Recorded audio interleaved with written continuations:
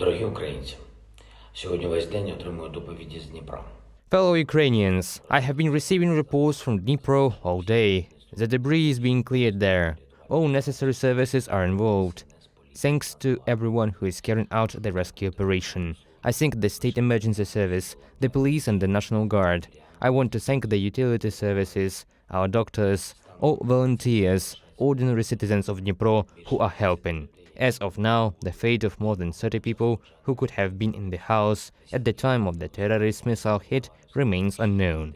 Dozens of people were rescued from the rubble, including 6 children. We are fighting for every person. The rescue operation will last as long as there is even the slightest chance to save lives. Currently, the list of the dead includes 30 people, including 1 child, a girl. She was 15 years old. These are reports that 2 children lost their parents. My condolences to all those who lost their loved ones. Since the attack, Ukraine has heard words of condolences and support from many leaders, public figures, journalists and ordinary people from around the world.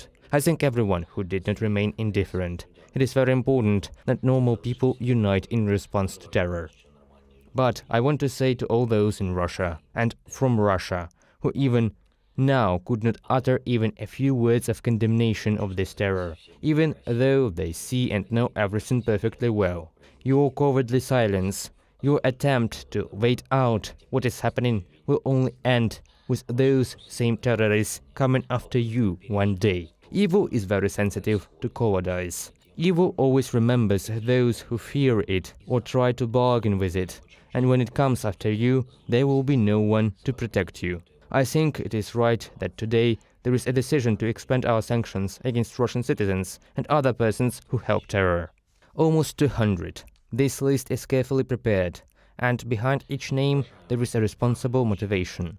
Those who justify terror, those who grease the Russian propaganda machine, those who tried to sell Ukraine somewhere in Moscow.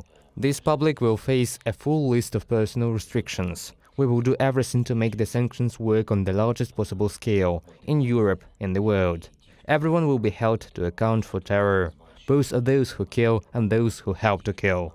The work of the National Security and Defense Council on the sanctions list continues, and the next decisions will be made soon. On January 15th, as always, I want to thank our warriors, all those who heroically and steadfastly perform combat missions, those who hold our positions, and especially in the most difficult areas of the front. The battle for Soledar, for Bakhmut, for the whole of Donetsk region, for the Luhansk region continues, without any respite, without any stop. I'm grateful to each of our fighters, each of our soldiers, sergeants, officers, who understand how important it is to destroy the invaders in this direction. Russia has made the battle for the cities of our Donbass fundamental for itself.